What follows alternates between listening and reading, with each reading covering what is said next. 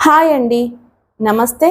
యద్దనపూడి సులోచనారాణి గారు రచించిన ఆరాధన నవల మొదటి భాగం. నాకా? మళ్ళీ పెళ్ళా?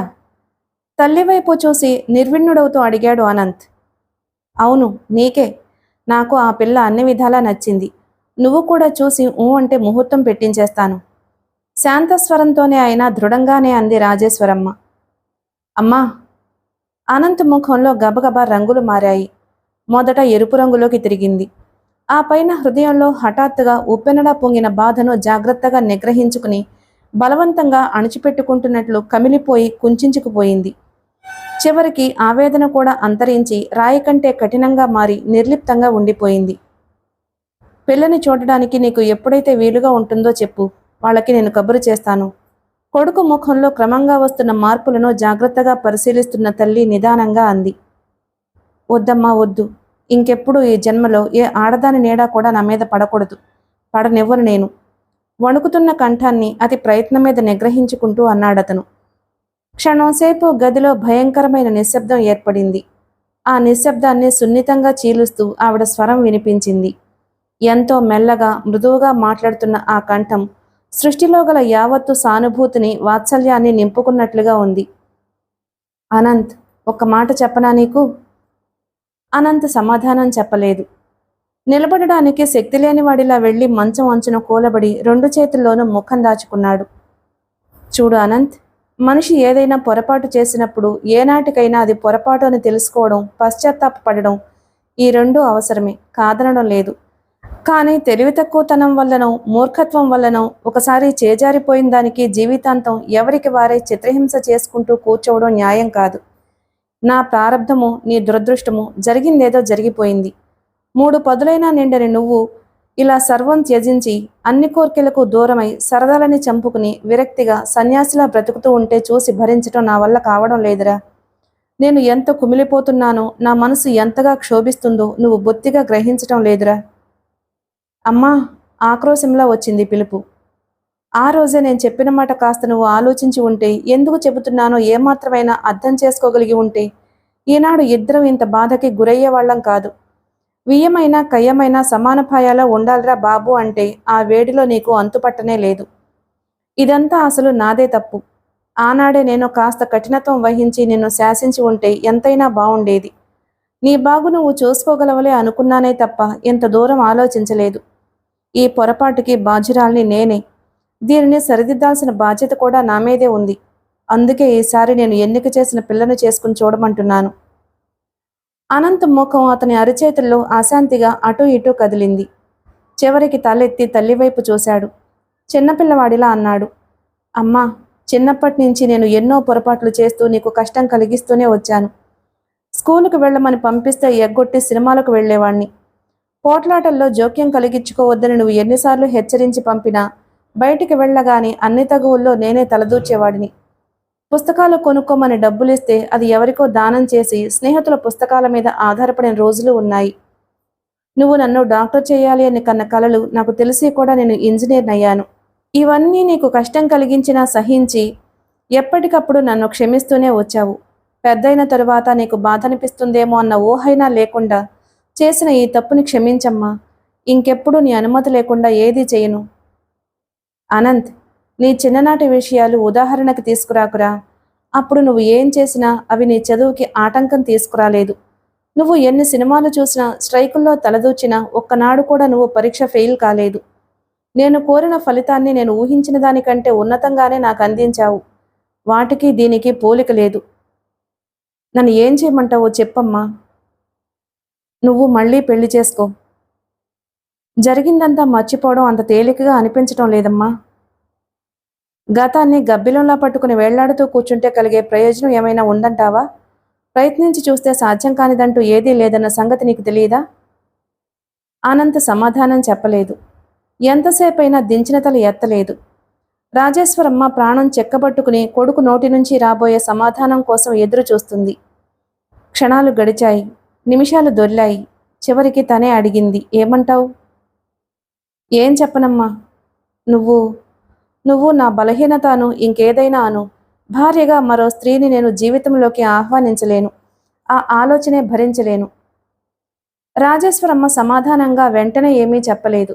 తరువాత నిదానంగా అంది. చూడు అనంత్, నా మాట ఒకటి శ్రద్ధగా విను, బాగా ఆలోచించు. నీకు భార్య అవసరం లేకపోవచ్చు. కానీ అభం శుభం తెలియని నీ ఇద్దరు పిల్లలకి తల్లి కావాలనే విషయం మర్చిపోకు. నా తరువాత ఈ ఇంటి బాధ్యత వహించగల ఇల్లాలు కావాలి.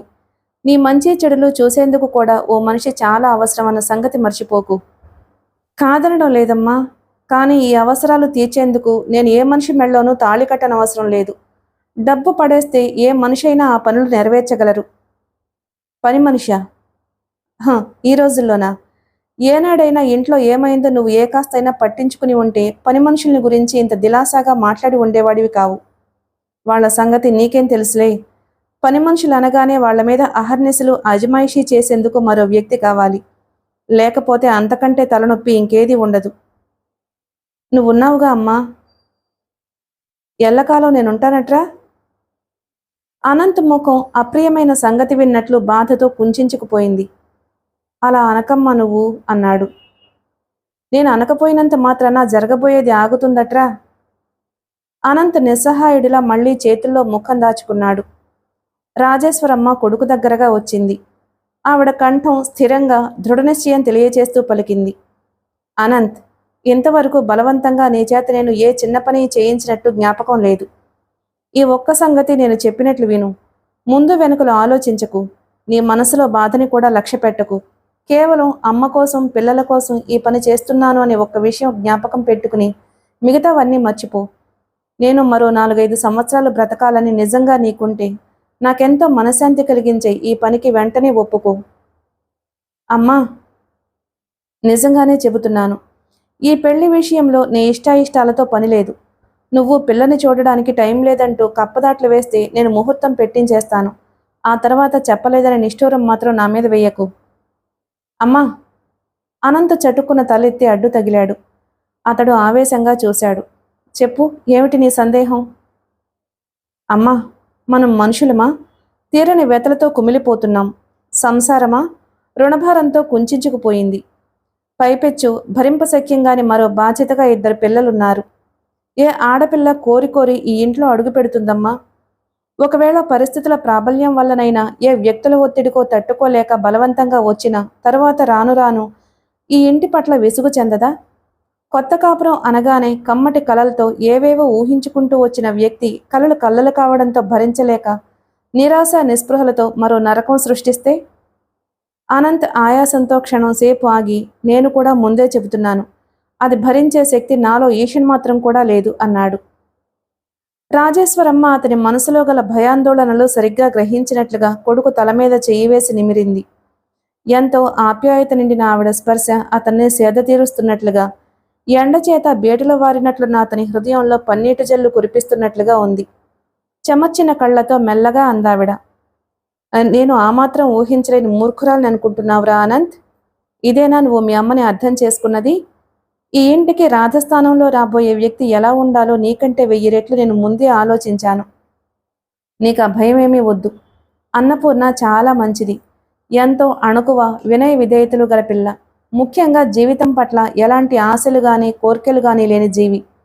పెళ్ళయి శాశ్వతంగా తనకు నీడంటూ దొరికితే అదే స్వర్గమని భావించే నిస్సహాయిరాలు. కారణం ఏమిటి అంటావా? కారణం ఏమిటంటే ఆ అమ్మాయి మోగది, మాటలు రావు. నిశ్శబ్దంగా, మౌనంగా నీ జీవితంలో అంతర్వాహినిలా కలిసిపోగల పిల్లనే చూశాను నేను. అనంత్ దిగ్గున తలెత్తి దిగ్భ్రాంతితో తల్లివైపు చూశాడు. ఆవిడ కళ్ళు ఆపేక్షతో చిరునవ్వు నవ్వాయి. ఆ నవ్వులో ఎన్నో అర్థాలు గోచరించాయి అతనికి. పల్లెటూరిలో జీర్ణమై శిథిలం కావడానికి సిద్ధంగా ఉన్న ఓ పాత ఇంటి ముందు పచ్చి కొబ్బరి ఆకులతో చిన్న పందిరి వేసి ఉంది. ఆ పందిరి మధ్య ఇంకా ప్రజ్వరిల్లుతున్న హోమం, అక్కడక్కడా పడి ఉన్న అక్షంతలు, పసుపు కుంకుమ అవన్నీ కలిసి కొద్దిసేపటి క్రితమే అక్కడ వివాహం జరిగినట్లు తెలియచేస్తున్నాయి. సన్నాయి వాయించిన వాళ్ళు తమ పని ముగిసినట్లు సామానులు సర్దుకుంటున్నారు. పందిట్లో పెళ్లివారికి భోజనానికి ఏర్పాట్లు చూస్తున్న పెళ్లి పెద్ద, మీరు కూడా భోజనం చేసుకోండి అని సన్నాయి వాళ్లకి హెచ్చరిక చేశాడు. ఇరుపక్కల వారు లేమితో ఉండడం చేత పెళ్లి క్లుప్తంగా నిరాడంబరంగా జరిగిపోయింది. పెళ్లి కొడుకు పెళ్లి తతంగం జరుగుతున్నంతసేపు ముభావంగా చికాకుగా ఉండడం వల్ల ఎవరూ సరదాలకి గాని సరసాలకి గాని సాహసించలేకపోయారు. చాలా చిన్న పల్లెటూరది. పెళ్లి కూతురైన అన్నపూర్ణని ఆ ఊళ్ళో ఎరుగనివారంటూ ఎవ్వరూ లేరు. అందరూ ఏదో విధంగా ఎప్పుడో ఒకప్పుడు ఆ అమ్మాయి చేత సేవలు చేయించుకున్నవాళ్లే. ఎవరికి ఏ అవసరం వచ్చినా మన పూర్ణుందిగా కబురు చేస్తే సరి అనుకునేవాళ్లు. ఒక విధంగా చెప్పాలంటే చిన్నప్పుడే తల్లిని తండ్రిని పోగొట్టుకుని పినతల్లి అండన జీవితం గడపడానికి వచ్చిన అన్నపూర్ణ ఆ ఊరికి పబ్లిక్ ప్రాపర్టీ అయిపోయిందని చెప్పొచ్చు. మున్సిపాలిటీ దీపం నా వివక్షత లేకుండా సమంగా అందరికీ ఎలా కాంతిని పంచిస్తుందో, పురపాలక సంఘం ప్రజల వినోదం కోసం ఏర్పరిచిన పార్కులో అందరూ ఎలా కూర్చోవచ్చో, అదేవిధంగా అన్నపూర్ణ మీద అందరికీ సమాన అధికారం ఏర్పడింది. అక్క కూతురి చేత అందరికీ చాకరీ చేయించి సుందరమ్మ ఊళ్ళో మంచితనాన్ని పరపతిని పుష్కలంగా సంపాదించుకుంది.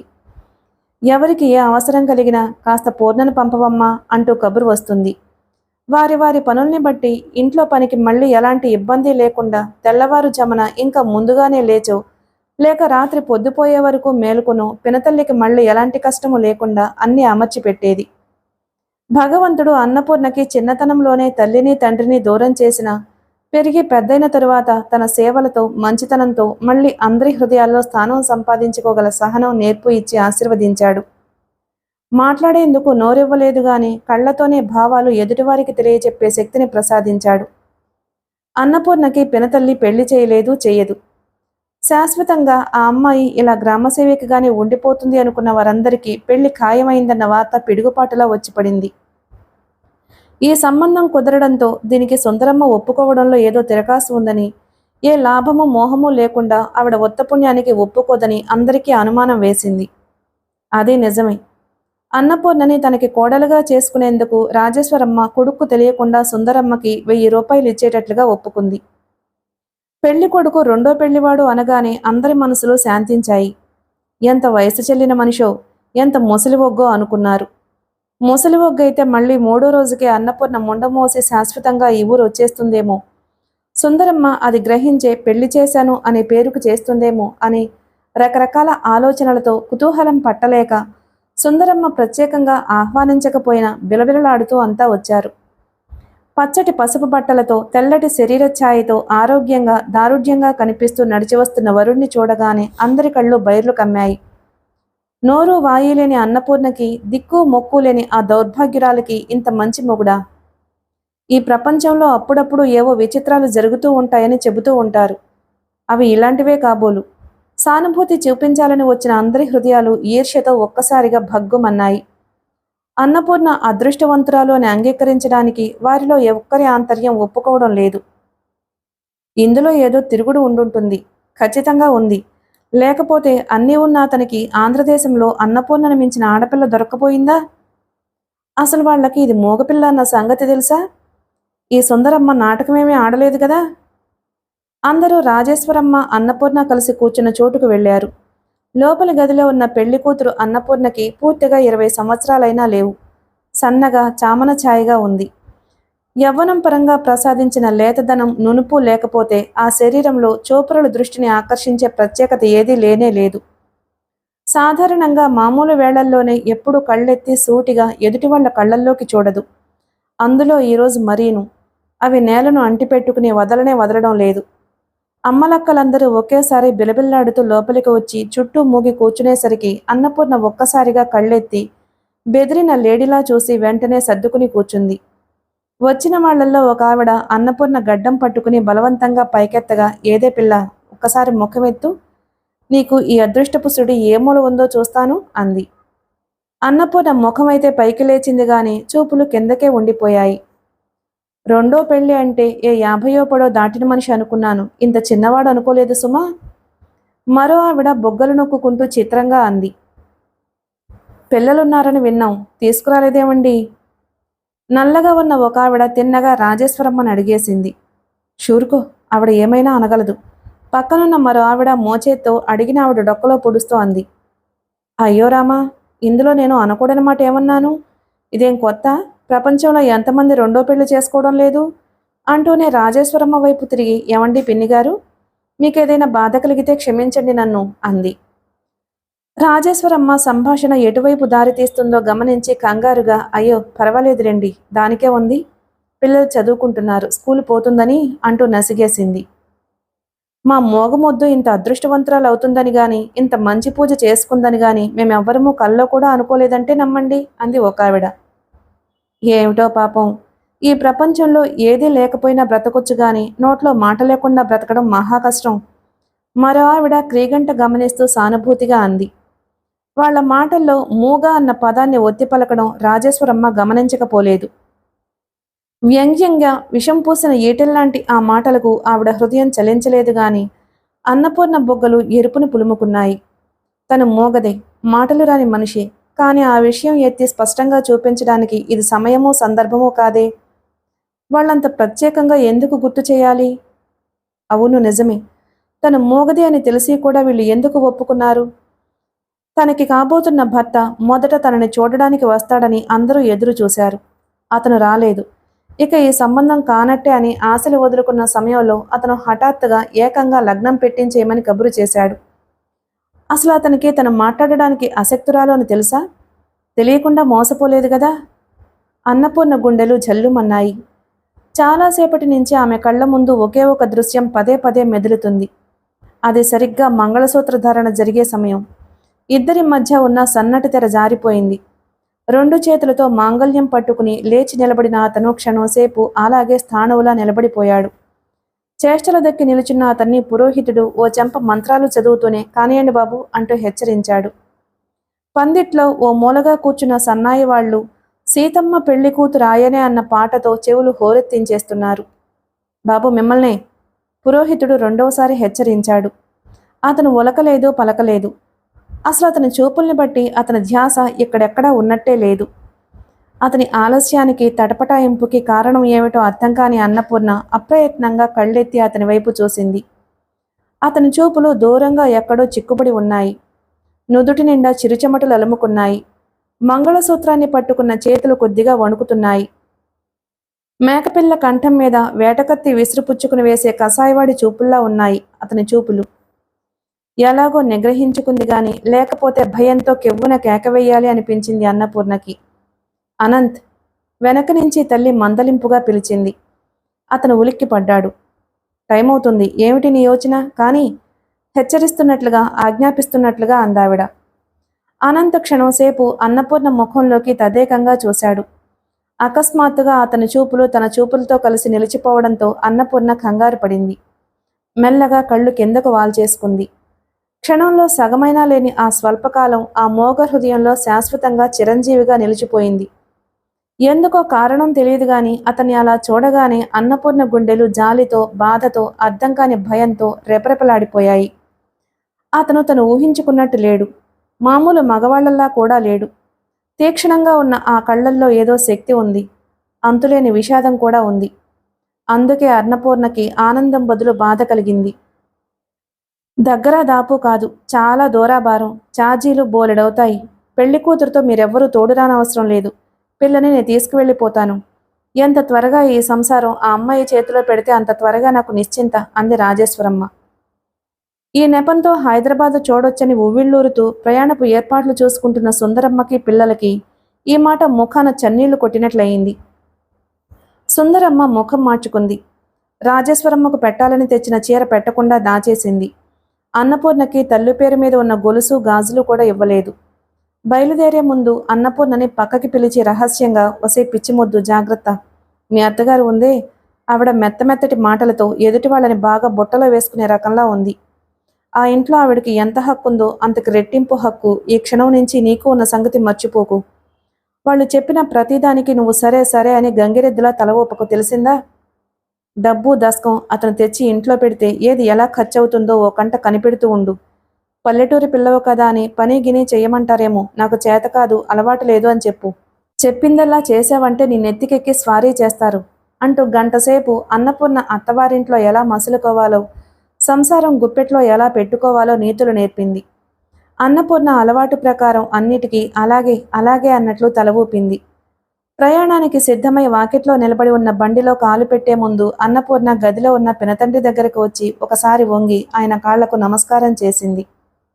రంగనాథం గారికి పక్షవాతం వచ్చి 6 ఏళ్లకు పైగా అయింది. అన్నపూర్ణకి ఆయన గురువు, స్నేహితుడు, బంధువు అన్నీ. పూర్ణ, ఏమిటమ్మా? ఆయన వంగి అన్నపూర్ణ తల మీద చెయ్యి వేస్తూ అన్నాడు. అన్నపూర్ణ కళ్ళెత్తి చూసింది. నీళ్లు నిండిన ఆ కళ్ళల్లో 1000 ప్రశ్నలు, 1,00,000 అనుమానాలు, కొండంత భయం, చెప్పలేనంత కంగారు కనిపిస్తున్నాయి. ఆయనకు ఆమె మనసు అర్థమైంది. అన్నపూర్ణ వెళ్లబోయే ముందు చివరి క్షణంలో మళ్ళీ ఇలా తన దగ్గరకు ఎందుకు వచ్చిందో ఆయనకు అర్థమైంది. కొత్త చోటు, కొత్త పరిసరాలు, కొత్త మనుషుల మధ్యకి వెళుతుంది. తను మాట మంతి లేని మనిషి. ఎక్కడంటే తన చేష్టలకి, కళ్ళ సంజ్ఞలకి అంతా అలవాటు పడిపోయారు. అన్నపూర్ణ కళ్ళల్లో భయాందోళనలు ఇట్టే అర్థం చేసుకున్న ఆయన కుడి చెయ్యి వీపు మీద వేసి ఆప్యాయంగా నిమిరారు. ఆ స్పర్శలో చీకట్లో జడుసుకుని బెదిరిపోయిన చిన్నపిల్లకు ధైర్యం చెప్పే తండ్రి ఆప్యాయత, చనువు ఉన్నాయి. ఆయన కంఠం మృదువుగా గంభీరంగా పలికింది. చూడు పూర్ణ, ప్రపంచంలో మనిషిలో చెడ్డతనానికి మించిన అవసరం ఇంకొకటి ఏదీ లేనే లేదు. మనుష్యుల హృదయాల్లో స్థానం సంపాదించుకోవడానికి మాటలు పెద్ద అవసరమని నేను అనుకోను. నువ్వు మాట్లాడలేకపోయినంత మాత్రాన పెద్ద దిగులు పడవలసిన అవసరం నాకేమీ కనిపించటం లేదు. నువ్వు మోగదానివని వాళ్లకు తెలుసు. నిన్ను వాళ్ల కుటుంబంలోకి ఆహ్వానించకముందే వాళ్లకు నీ అశక్తత తెలుసు. నీ అత్తగారుంది చూశావు? ఆవిడ జీవితంలో బాగా ఎగుడు దిగుళ్ళు చూసిన మనిషి. నిన్ను కన్న కూతుర్లా పెట్టుకోగలదని నా విశ్వాసం. ఇక అతను నీ మెళ్ళో పుస్తి కట్టాడంటే అతని జీవితానికి చుక్క అని నీ చేతికి అందించాడన్నమాటే. పోతే ఇహ పిల్లలు. దేవుడి దయ వల్ల పిల్లలంటే నీకు ఇష్టమే కాబట్టి వాళ్ళు నీకు ఎలాంటి ఆటంకమూ కాదు. నేను నీకు చెప్పబోయేదల్లా ఒక్కటే. సాధ్యమైనంత త్వరలో వాళ్లతో పాలలో నీళ్లులా కలిసిపో. వాళ్ళ ఆంతర్యాలు గుర్తించి తలలో నాలుకలా మసులుకో. ఈ ప్రయత్నం ఎక్కువగా నీ వైపు నుంచే ఉండాలి. సంసారం అనేది ఉంది చూశావు? అది ఒక తోట లాంటిది. ఈ తోటలో మనం ఎల్లవేళలా మొక్కలనే నాటాలని ప్రయత్నిస్తూ ఉంటాం. కానీ ఎప్పుడో ఎలాగో తెలియకుండా పిచ్చి మొక్కలు కొన్ని మొలిచి దృఢంగా పెరుగుతాయి. వాటిని ఆదిలోనే గుర్తించి తీసి పారేయాలి. మోగతనం ఓ అవిటితనంగా చూసుకుని ఎప్పుడూ కృంగిపోకు. చక్కటి ఇల్లు, భర్త, సంసారం, వీటి మధ్య సుఖశాంతులతో కాపురం చేస్తున్న నిన్ను చూసి అందరూ ఈర్ష్యపడేలా చేసుకో, సరేనా? అన్నపూర్ణ కళ్ళు కృతజ్ఞతతో తళతళలాడాయి. అలాగే అన్నట్లు తల ఊపుంది. నువ్వు లేని లోటు ఈ ఇంట్లో అందరికంటే నన్ను ఎక్కువగా బాధిస్తుంది అని నీకు తెలుసు. నేను ఈ 2 రోజుల నుంచి అది ఎలా పూరించుకోవడమా అని ఆలోచిస్తున్నాను. నిట్టూర్పు విడుస్తూ అన్నాడాయన. ఆ మాట నిజమే. పని చేసినప్పుడు చేసిన మిగతా వేళల్లో ఏ క్షణం తీరుబడి దొరికినా అన్నపూర్ణ పినతండ్రి దగ్గరకొచ్చి కూర్చునేది. ఆయన దగ్గర నుండి అనేక విషయాలు తెలుసుకుంటూ ఉండేది. ఇంకా ఏమిటి ఆలస్యం? ఏం చేస్తున్నావే పూర్ణ అని వాకిట్లో నుంచి పినతల్లి కేకవేయడంతో అన్నపూర్ణ వెళ్లడానికి సిద్ధమైంది. ఆయన అన్నపూర్ణ చెయ్యి పట్టుకుంటూ అన్నాడు. పూర్ణ, నీకు నేను రాయడం, చదవడం నేర్పడానికి ఎంత శ్రమపడ్డానో తెలుసు కదా. నువ్వు నా నుంచి దూరంగా వెళ్ళిపోతున్నావు. నా మనసంతా నువ్వు ఎలా ఉన్నావో అని కొట్టుకుంటూ ఉంటుంది. నీ రాత బావుండదని మొహమాట పడక అప్పుడప్పుడు ఉత్తరాలు రాస్తూ నీ యోగక్షేమాలు తెలియచేస్తూ ఉండు అన్నాడు. అన్నపూర్ణ కళ్ళల్లో మళ్లీ నీళ్లు ఉబికాయి. అలాగే అన్నట్లు తల ఊపింది. పినతండ్రి గదిని వదిలేస్తూ బయటికి వచ్చే ముందు ఒకసారి మళ్లీ వెనక్కి తిరిగి చూసింది. ఎంతవరకు తనకు ధైర్యం చెప్పిన ఆయన కళ్ళల్లో నీళ్లు నిండి ఉన్నాయి. నీళ్లు నిండిన కళ్లతో, వాత్సల్యాభిమానాలతో ఇటే చూస్తున్నాడాయన. ఆత్మీయత, ఆదరం నిండిన ఆ చూపుని అన్నపూర్ణ మనోమందిరంలో జాగ్రత్తగా భద్రపరుచుకుంది. రాత్రంతా నిద్రలేమితో, ప్రయాణ బడలికతో ఉన్న అన్నపూర్ణకి రైలు దిగి ఇంటికి రాగానే తలనిండా స్నానం చేసి భోజనం చేసేసరికి కంటి నిండా నిద్ర ముంచుకొచ్చేసింది. గదిలో పరుపు చుట్టకి ఆనుకుని కూర్చున్నదల్లా దాని మీదకి ఒరిగి అలాగే నిద్రపోయింది. అది గాఢమైన నిద్రే, కానీ అందులో శాంతి లేదు. మనసంతా కంగారు కంగారుగా, భయం భయంగా ఉంది. స్టేషన్లో రైలు దిగి కింద కాలు పెట్టిన అన్నపూర్ణ అక్కడ కిటకిటలాడుతున్న జనాన్ని కళ్ళు వెడల్పు చేసుకుని చూస్తూ అలాగే నిలబడిపోయింది. అబ్బా, ఎంతమంది జనం! ఎక్కడి నుంచి వచ్చారు వీళ్ళంతా? వీళ్లకు ఇక్కడ ఏం పని? తమ ఊళ్ళో శుక్రవారం నాడు జరిగే సంతకి వచ్చే వాళ్ళకి 4 రెట్లున్నారు. అంతా గడబిడగా, గజిబిజిగా ఉంది. ఎవరిని చూసినా ఏమిటో తొందర పని ముంచుకుపోతున్నట్టు చకచకా నడిచిపోతున్నారు. రిక్షాలు, బస్సులు కూడా అంతే, రై రైమని పరిగెడుతూనే ఉంటాయి. కార్లు అయితే ఇక చెప్పనవసరం లేనే లేదు. ఎవరో సంధించి విడిచిన బాణాల్లా దూసుకుపోతున్నాయి. చెవులు చిల్లులు పడేటట్లు ఒకటే సందడి, ఒకటే రణగుణ ధ్వని. పరుపు చుట్ట మీద మోచేయి ఆనించి దానిమీద తలపెట్టుకుని నిద్రపోతున్న అన్నపూర్ణకి మెదడంతా ఇంకా గడబిడగానే ఉంది. నిద్రలో ఈసారి మనుషులకి బదులు పాములు కనిపిస్తున్నాయి. అన్నీ పాములే. దూరంగా ఒక పెద్ద పాము చుట్ట చుట్టుకుని పడగెత్తి నిటారుగా నిలబడి కదలక మెదలక తన వైపే చూస్తుంది. ఏదైనా భయపడ్డప్పుడు గాని కంగారు పడ్డప్పుడు గాని ఇలా కలలో పాములు రావడం అన్నపూర్ణకి అలవాటే. చిన్నప్పుడు ఎప్పుడో పామును చూసి భయపడి ఉంటుందని, తర్వాత పెరిగి పెద్దయినా ఏమాత్రం బెదురు కలిగినా ఆ పాము రూపంలోనే ఆ భయం కంటికి కనిపిస్తుంటుందని, ఇది మనస్తత్వ శాస్త్రానికి సంబంధించిన రహస్యమని పినతండ్రి అన్నపూర్ణకు వివరించి చెప్పాడు. కలత నిద్రలో ఉన్న అన్నపూర్ణ చేతి మీద మెత్తగా ఏదో పాకుతుండేసరికి స్పర్శకి కెవ్వుమంటూ లేచి కూర్చుంది. అదృష్టవశాత్తు అప్పుడే వీధిలో లోడు బాగా నింపిన లారీ శబ్దం చేస్తూ వెడుతూ ఉండడం వల్ల అన్నపూర్ణ కేక ఎవ్వరికీ వినిపించలేదు. చటుక్కున లేచి కూర్చుంది. సాయంత్రం అయిపోయింది. గదిలో సంధ్య చీకట్లో ఆవరించుకోవడంతో వెలుగునేడల మిశ్రమ వాతావరణంగా ఉంది. నిద్ర కళ్లతో దిగ్గున లేచి కూర్చున్న అన్నపూర్ణకి గదిలో మూలగా నిలుచుని ఉన్న చిన్న ఆకారం ఏమిటో మొదట స్పష్టంగా కనిపించలేదు. కళ్ళు బాగా తెరిచి మత్తుని వదిలించుకుని చూసిన తరువాత క్రమంగా ఆ ఆకారం 2-3 సంవత్సరాల పసిపిల్లాడని తెలిసింది. దగ్గరగా వచ్చి తట్టి పిలవబోయి అన్నపూర్ణ కెవ్వుమనడంతో భయపడిపోయి దూరంగా వెళ్లి నిలబడి బెత్తరపోయి ఇటే చూస్తున్నాడు. అన్నపూర్ణ క్షణం సేపు అయోమయంగా చూసింది. ఎవరీ పిల్లాడు? ఎవరైతేనే వాడి కళ్ళు బెదిరిపోతూ నిలబడిన తీరు చూసేసరికి అన్నపూర్ణ అనుకోకుండానే 2 చేతులు చాచింది. వాడు దగ్గరకు రాలేదు. రా అన్నట్టు కళ్ళతోనే పిలిచాడు. అడుగులో అడుగు వేసుకుంటూ మెల్లగా దగ్గరకొచ్చాడు. అన్నపూర్ణ వాడి చెయ్యి పట్టుకుని దగ్గర కూర్చోపెట్టుకుంది. మా అమ్మ నిన్నో కాఫీకి రమ్మంటుంది. ముద్దు ముద్దుగా ఉన్నాయి మాటలు. వాడి చేతిని తన చేతిలోకి తీసుకున్న అన్నపూర్ణకి ఇంత క్రితం తనకు మెత్తగా తగిలి భయపెట్టినట్లయింది వాడి చెయ్యి అని అర్థమైంది. అన్నపూర్ణ మనసులో 1000 ప్రశ్నలు లేచి ఎగిరిపడుతున్నాయి. నీ పేరేమిటి బాబు? ఉదయం నేను వచ్చేసరికి నువ్వు లేవు. ఎక్కడికి వెళ్ళావు? ఎవరు నువ్వు? కానీ అవి పలికే శక్తి లేక నిస్సహాయరాలిగా చూస్తూ కూర్చుంది. ఏయ్, నువ్వేనా పిన్ని అంటే? హఠాత్తుగా 2వ స్వరం అధికారంగా వినిపించింది. బాబు మెత్తటి అరచేతిని పరిశీలిస్తున్న అన్నపూర్ణ చివ్వును తలెత్తి చూసింది. గుమ్మంలో 2 జడలతో, జడలకి తెల్లటి రిబ్బన్లతో, తెల్లటి గౌనుతో 5-6 సంవత్సరాల అమ్మాయి నిలబడి ఉంది. ఆ పిల్ల నిలబడడంలో ఒక విధమైన హుందాతనం, మాట్లాడడంలో గల దర్పం, సున్నితమైన అన్నపూర్ణ ఆంతర్యం ఇట్టే పసిగట్టేసింది. నీ పేరేమిటి? చేతులు కట్టుకుని ఆరిందాలా అడిగింది. అన్నపూర్ణ ఇంకా అలాగే చూస్తుంది. మా ఇంట్లో ఉండిపోతావా లేక మా ఊరు చూసి వెళ్ళిపోతావా అంది మళ్ళీ. సమాధానం ఏం చెప్పాలో తెలియక అన్నపూర్ణ విస్మయంగా చూడసాగింది. నువ్వు నా జట్టా వాడి జట్టా? ఎవరి పార్టీయో ఇప్పుడే తేల్చేయమన్నట్టు నిలదీసింది. అన్నపూర్ణ పెదవులు క్రమంగా చిరునవ్వుతో విచ్చుకున్నాయి. ఏమిట వాగుతున్నావు? రాజేశ్వరమ్మ కాఫీ గ్లాస్తో గదిలోకి వస్తూ అంది. అన్నపూర్ణ ఆవిడని చూడగానే చప్పున లేవబోయింది. పర్వాలేదులే, కూర్చో. బాగా నిద్రపట్టిందా? ప్రయాణం చేసిన తర్వాత అలా నిద్రపడితే గానీ అలసట తీరదు. 2 సార్లు గదిలోకి వచ్చాను. మంచి నిద్రలో ఉన్నావు, లేపలేదు అంటూ గ్లాస్ అందించింది. అలా ఒళ్ళు తెలియకుండా అంతసేపు నిద్రపోయినందుకు అన్నపూర్ణకి చాలా సిగ్గేసింది. వీడు అప్పుడే నీ దగ్గరకు చేరాడే? ఇంత క్రితమే వచ్చాడు. ఈ 4 రోజులు ఒక కొలిక్కి తెచ్చారట ఇల్లు. ఇదిగో ఇది లక్ష్మి. వీడికి పేరంటూ ఏదీ లేదు, బాబు అంటాం. అదే స్థిరపడిపోయేలా ఉంది.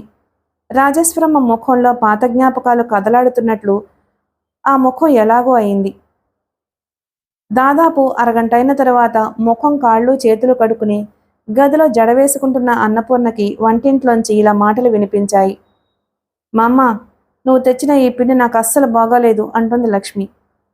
ఏ, ఎందుకని అడుగుతుంది ఆవిడ. ఇంతసేపటి నుంచి నేను అన్ని కబుర్లు చెప్పాను, ఆ అనదు ఊ అనదు.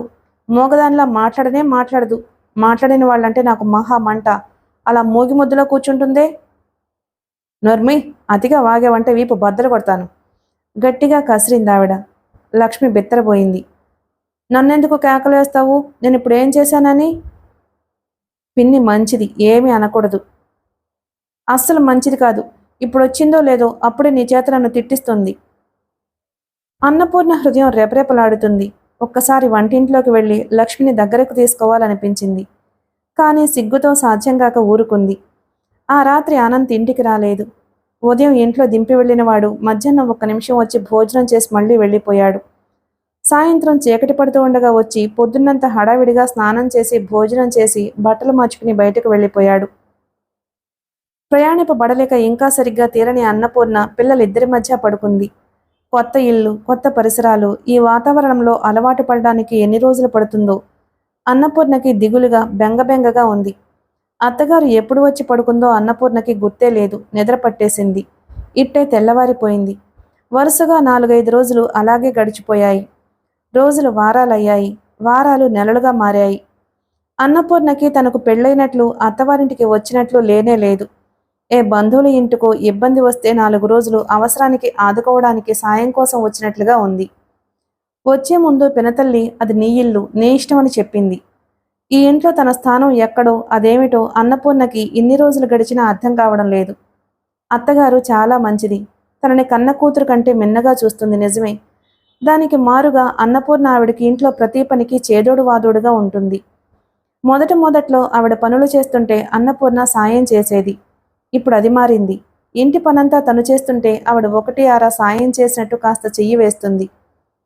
పక్కింటి పిల్లలిద్దరితో లక్ష్మి స్కూలుకు వెళుతుంది. బాబు ఇంట్లోనే ఉంటాడు. బొద్దుగా అందంగా ఉన్నాడని ఇరుగు పొరుగు ఒక క్షణం ఇంట్లోనే ఉండనివ్వరు. ఎప్పుడు చూసినా ఎవరో ఒకరు తీసుకువెళ్తూనే ఉంటారు. అత్తగారికి చుట్టుపక్కల ఆత్మీయుల సంఖ్యకి కదువేమీ లేదు. మధ్యాహ్నం పూట 4-5 తక్కువ కాకుండా వచ్చి కూర్చుని తమ కష్టసుఖాలు వెళ్లబోసుకుంటూ ఉంటారు. అనంత్ చేసేది ఇంజనీరింగ్ పని. ఇరుగు పొరుగు అమ్మలక్కల ద్వారా తెలిసిందేమిటంటే అతడు ఉద్యోగం రిజైన్ చేసి ప్రైవేటుగా ఇళ్ళు అవి కట్టించడం కాంట్రాక్ట్ తీసుకున్నట్ట. అహర్నిశలు వాటికి సంబంధించిన పనిలో మునిగుంటాడు. అతని గది విడిగా ప్రత్యేకంగా ఉంది. ఒక్కోసారి రాత్రిపూట ఆలస్యంగా వచ్చిన అతను అప్పుడు కూడా గది తలుపులు బిగించుకుని లైట్ వేసుకుని ఏవో రాస్తూ ఉండడం, పెన్సిల్తో స్కేల్తో ఏదో గీస్తూ ఉండడం అన్నపూర్ణ 1-2 సార్లు చూసింది. ఓ రోజు రాత్రి అందరూ ఇలాగే పడుకున్నారు. ఆ రోజు చాలా ఆలస్యంగా వచ్చిన అనంత్ భోజనం కూడా చేయకుండా వెళ్ళి గదిలో కూర్చున్నాడు. తలుపులు చేరవేసున్నాయి. వాటి మధ్య నుంచి వస్తున్న కాంతి ద్వారా అతను టేబుల్ దగ్గర కూర్చుని ఉన్నాడని అన్నపూర్ణ ఊహించింది. అన్నపూర్ణకి ఆ రోజు ఎందుకో గాని సరిగ్గా నిద్ర పట్టలేదు. చాప మీద అటూ ఇటూ ఒత్తిగిలుతూ నిద్ర కోసం ప్రయత్నిస్తుంది. గదిలోంచి ఉన్నట్టుండి అమ్మా అని వినిపించింది అతని కంఠం. అన్నపూర్ణ ఉలిక్కిపడి కళ్ళు తెరిచింది. అమ్మా! రెండోసారి పిలిచాడు అనంత్. అన్నపూర్ణ లేచి వెళ్ళి తలుపులు తోసింది. తిరిగి చూశాడతను. బద్ధకంగా, అలసటగా, నిద్రమత్తుగా ఉందతని ముఖం. నువ్వా? మంచినీళ్ళివ్వు అన్నాడు. అన్నపూర్ణ లోపలికి వెళ్ళి మంచినీళ్లు తెచ్చి అతని టేబుల్ మీద పెడుతుంటే చేయి చాచి అతనే అందుకున్నాడు. తాగేసి గ్లాస్ ఇచ్చేసి మళ్ళీ తన పనిలో మునిగిపోయాడు. టేబుల్ లైట్ కాంతిలో అలసటగా ఉన్న అతని ముఖం ఎలాగో ఉంది. యాంత్రికంగా జరిగిపోయిన ఆ చిన్న సంఘటన అన్నపూర్ణ హృదయంలో ఎప్పటికీ మరపురాని గుర్తుగా మిగిలిపోయింది. రాత్రింబవళ్ళు అతను అంత కష్టపడి సంపాదిస్తున్న డబ్బు ఏమవుతుంది? ఇంట్లో ఏ మూల చూసినా దేనికో దానికి కొరత కనిపిస్తూనే ఉంది. పిల్లలిద్దరికీ మెత్తటి పక్కలు లేవు. అతనికంత ఖరీదైన బట్టలు లేవు. పాలవాళ్ల దగ్గర, కూరల వాళ్ల దగ్గర బాకీలు ఉండనే ఉంటున్నాయి. ఏం చేస్తున్నాడు ఈ డబ్బంతా? ఎవరికిస్తున్నాడు? 4 రోజుల క్రితం అనంత్ మధ్యాహ్నం వేళ ఇంటికి భోజనానికి వచ్చినప్పుడు అతడు అన్నానికి కూర్చోబోయే ముందు కొడుకుని ఎత్తుకుంటే బాబు పర్స్ కావాలని పేచీ పెట్టాడు. అందులో డబ్బుందిరా నాయనా, సరే తీసుకో, వీధి తలుపు వేసే ఉందిగా అంటూ పర్సు కొడుకు చేతికిచ్చి తన వంటింట్లోకి వెళ్ళాడు. దొడ్లో బట్టలు ఆరేసి బకెట్ బాత్రూంలో పెట్టి ముందు గదిలోకి వస్తున్న అన్నపూర్ణ క్షణంసేపు అలాగే నిలబడిపోయింది. అక్కడ బాబు పర్సు తెరిచి నోట్లన్నీ కింద పారేసి చిల్లర డబ్బుల కోసం కాబోలు వెతుకుతున్నాడు. అన్నీ 100 రూపాయల నోట్లే. అన్నపూర్ణ చప్పున లోపలికొచ్చి కింద పడినవన్నీ తీసి బొత్తిగా పెట్టింది. 1500. ఇది అతని డబ్బేనా? నోట్లన్నీ బొత్తిగా పెట్టి పర్సులో పెట్టబోతుండగా అనంత చెయ్యి తుడుచుకుంటూ ముందు గదిలోకి వచ్చాడు. టవల్తో చెయ్యి తుడుచుకుంటూ వస్తున్న అతను మోకాళ్ల మీద కూర్చుని ఒక చేతిలో పర్సు, మరో చేతిలో డబ్బుతో ఉన్న అన్నపూర్ణని చూసి అలాగే నిలబడిపోయాడు. అతని కనుబొమ్మలు ముడిపడ్డాయి. నువ్వెందుకు తీసావది? కఠినంగా అడిగాడు. అన్నపూర్ణ తలెత్తి చూసింది. అతని చూపుల్లో మహిమ ఏమిటో గాని అన్నపూర్ణ హృదయం నత్తగుళ్లల్లో పురుగులా ముడుచుకుపోయింది. పర్సు తెరిచి డబ్బు ఎంత ఉందో పరీక్ష చేస్తుందని అభిప్రాయపడుతున్నాడతను. అన్నపూర్ణ తన పని చేయలేదన్నట్టు నిస్సహాయంగా బాబు వైపు చూపించింది. నాకు తెలుసులే, బాబుకు నేనే ఇచ్చాను. అనంత్ 2 అడుగుల్లో దగ్గరగా వచ్చి విసురుగా పర్సు లాక్కున్నాడు. అన్నపూర్ణ లేచి తల వంచుకుని మెల్లగా లోపలికి వెళ్ళిపోయింది. అంత డబ్బు పర్సులో పెట్టుకున్న అనంత్ 2 రోజులన్నా గడవక ముందే ఇంట్లో పైఖర్చులకి డబ్బైపోయిందిరా అబ్బాయి అని తల్లి అడిగితే 20 రూపాయలు మాత్రం చేతిలో పెట్టి నా దగ్గర ఎంతకంటే లేదే, ఈ నెలంతా దీంతోనే సరిపెట్టుకోవాలి అన్నాడు. ఆ డబ్బంతా ఏమైంది? అతనిది కాదా? ఎలాంటి రాబడి లేకుండానే కష్టపడుతున్నాడా, లేక అతనికి ఎంతో ప్రియమైన పిల్లల కోసం వేరుగా తీసి బ్యాంకులో జమ చేస్తున్నాడా? అన్నపూర్ణకి అన్ని ప్రశ్నలే కనిపిస్తున్నాయి. పిల్లలంటే అతనికి ఎంత ప్రాణమో అన్నపూర్ణ వచ్చిన 1-2 రోజుల్లోనే తెలుసుకుంది. అచ్చు ముమ్మూర్తులా తల్లిపోలిక అని అత్తగారు చెబుతున్న లక్ష్మికి బాబు కంటే తండ్రి దగ్గర ఎక్కువ చనువు. లక్ష్మి కోరింది ఏదైనా సరే క్షణాల మీద తెస్తాడతను. తండ్రి ఇంట్లో ఉన్నప్పుడు అతని వీపు మీద పడి ఊగుతూనో, అతని షర్టు గుండీలు విప్పి పెడుతూనో, అతని జుట్టు చెరిపి సరిచేస్తూనో దగ్గరే ఉంటుంది లక్ష్మి. అతను బయట నుంచి ఇంట్లో అడుగు పెట్టగానే ఎదురుగా లక్ష్మి కనిపించాలి, లేకపోతే వెంటనే అడుగుతాడు. కారణం ఏమిటో తెలియదు గాని బాబు ప్రత్యేకించి తండ్రి స్వయంగా బాబు రా అని పిలిస్తే తప్ప తనకు తానుగా వెళ్ళడు. అన్నపూర్ణ వచ్చి ఎక్కువ రోజులు కాకపోయినా ఆమె చుట్టూ తిరుగుతూ పిన్ని అంటూ హత్తుకుపోవడానికి ప్రయత్నిస్తాడు. ఒక్కోసారి అన్నపూర్ణ ఒళ్ళో కూర్చుని ఉన్నప్పుడు తండ్రి పిలిస్తే ఇష్టం లేనట్లు ముఖం పెట్టి తప్పనిసరిగా వెళతాడు. అన్నపూర్ణ పిల్లలిద్దరినీ సమంగా, స్నేహపూర్వకంగా, ఆదరంగా ఒకే రకంగా చూస్తుంది. ఎంత చూసినా లక్ష్మి పెడముఖంగా దురుసుగా ఉంటుంది. ఒక్కోసారి తన అయిష్టతల్ని బయటపెట్టడానికి ఏమాత్రం జంకదు. సాధారణంగా ఎప్పుడో తప్ప పిన్ని అని పిలవదు, ఏయ్ అంటూ ఉంటుంది. రాజేశ్వరమ్మ గారు 1-2 సార్లు మందలించి ఇక విసిగిపోయినట్లు ఊరుకుంది. మా మధ్య నువ్వు పరాయి మనిషివి అన్న భావం వయసులో చిన్నదైన లక్ష్మి మాటల్లో చేతల్లో సుస్పష్టంగా కనబరిచేది. పిల్లలిద్దరితో ఆడుకుంటున్నప్పుడు అనంతుని చూడాలని అన్నపూర్ణ హృదయం పదే పదే ఆరాటపడుతుంది. వాళ్లతో కలిసి కూర్చున్నప్పుడు అతని ముఖాన విసుగు కానీ అలసటగానే లేకుండా నవ్వుతూ తుళ్ళుతూ ఉంటాడు. కనుబొమల మధ్య చికాకుని సూచించే ముడి లేకుండా, కళ్లలో అలసట లేకుండా ప్రసన్నంగా ఉన్నప్పుడు చూస్తే అతని ముఖం ఎంతసేపు చూసినా తనివి తీరనంత సుందరంగా ఉంటాడు. అతను ఎదురుగా ఉన్నప్పుడు తల కూడా సరిగా ఎత్తని అన్నపూర్ణ ఇలాంటి అవకాశం వచ్చినప్పుడు చాటు నుంచి రెప్పవాల్చకుండా చూస్తూ ఉంటుంది. మొదట్లో అతన్ని అలా చూడడమే ఆనందంగా భావించిన అన్నపూర్ణ సాధ్యమైనంత వరకు ఎల్లవేళలా ఇంట్లో ఉన్నప్పుడు అతను అలా ఉండే పరిస్థితులు ఏర్పడేలా ప్రయత్నించసాగింది. మిగిలిన కథ తరువాయి భాగంలో విందాం. Please like and subscribe my channel. Thank you.